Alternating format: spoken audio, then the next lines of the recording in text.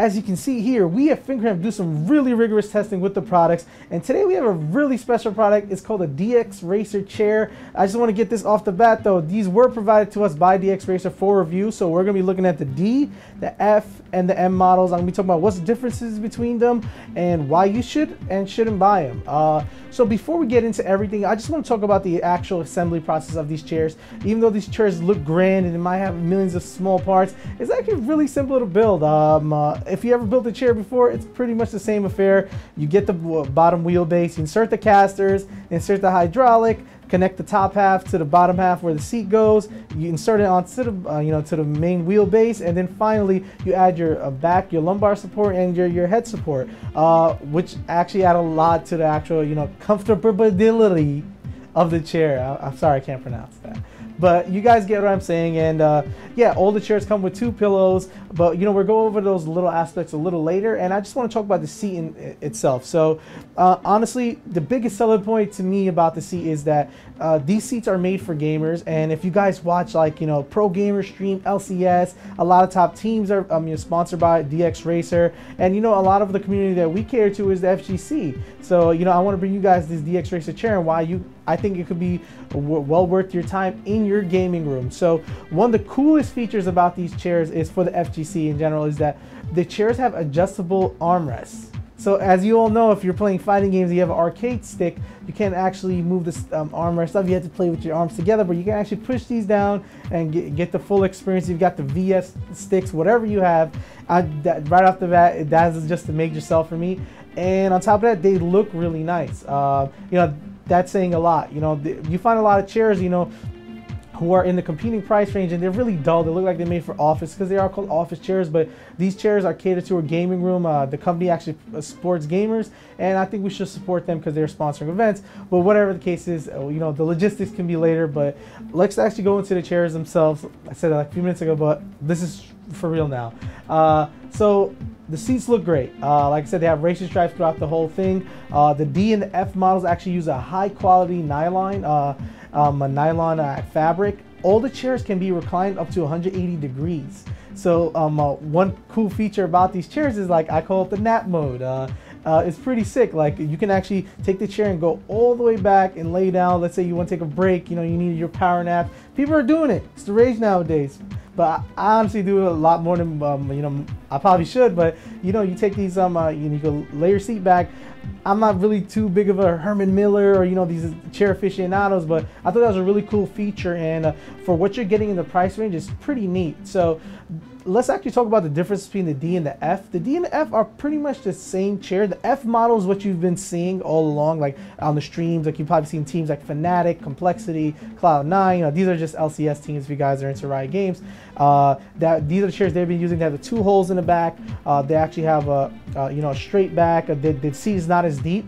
Well, the drifting series actually has a deeper seat. I believe is 19.5 inches. I'm not sure how that really differentiates the experience, and it seems to have a little bit more padding near the back end. They're both around the $250 to $400 range. It differentiates by color. The F, I believe, is more widely available, so you might actually get better deals on that. But in general, I prefer the D out of both chairs because I just like the way the headrest actually situates the actual top pillow and the way the actual, the curves on the back padding go. You'll see in the video the actual differences are very minute. You won't be able to tell. They both have the reclining, adjustable armrests. They both go down, 180 degrees. We got the metal frame, hydraulics work, got the lock in and lock out so you don't move your chair that much. And yeah, they're pretty much the same chair. It really comes down to style. So if you look at both chairs, see what you want. Like the F series comes in the chocolate leather and brown and some pretty cool pillow styles. I want to talk about the Max model, which is the M model, which is their premier line. I see these as more of the business class line. Honestly, they don't look as good as the D and the F, which is a major reason why I don't really prefer them too much. They're about in the $400 range, but they are bigger and they honestly are more comfortable. The headrest is a lot nicer. It goes conforms around your neck. Still has a back support. The seat can be adjusted the same way. It has a metal frame and the actual wheel casters on the wheels lock.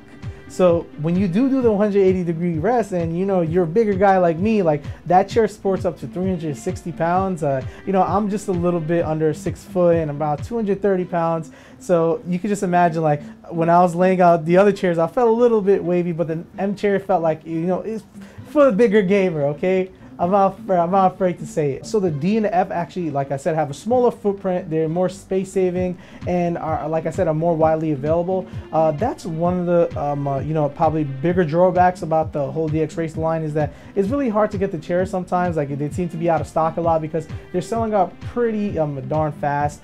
So, you know, keep that in mind when you're shopping for one. The actual leather on the Max series, actually PVC, I believe real leather if that counts. The D and F models use nylon. Can't really tell the difference, still look good, and they feel really nice. The build quality actually feels like what you're paying for. I'm gonna be totally honest, like I've sat in like $1,000 chairs before, but you're paying for $1,000 worth of fabric. There's not much care taken to as far as like the design goes, just for a comfortable experience. That doesn't take away from the comfortability of these chairs, but that being said, they do feel on the little cheaper side as far as the fabrics and stuff goes. That's probably just due to manufacturing, and it's just to, you know, cope with the cost of the people, because if this was a $1,000 chair, I probably wouldn't be buying it. That being said, for 400, you know, the $250 to $400 chair that makes your gaming room look awesome is a pretty awesome experience. And you know, just a small tidbit, the Max chairs handles actually swivel in and out, so you can actually put your arm sideways if you got a keyboard or some kind of other, you know, weird sitting situation. That's actually a nice way to go too. So the Max chair in general has a lot more features. Just didn't like the way it looked too much, but that being said, I think you can't go wrong with either of these chairs. So, you know, I just want to go into the final breakdown now about it. Mind you, their chairs, they're comfortable, they look really good. The support at DXracer has been really awesome. Their crew's really good there.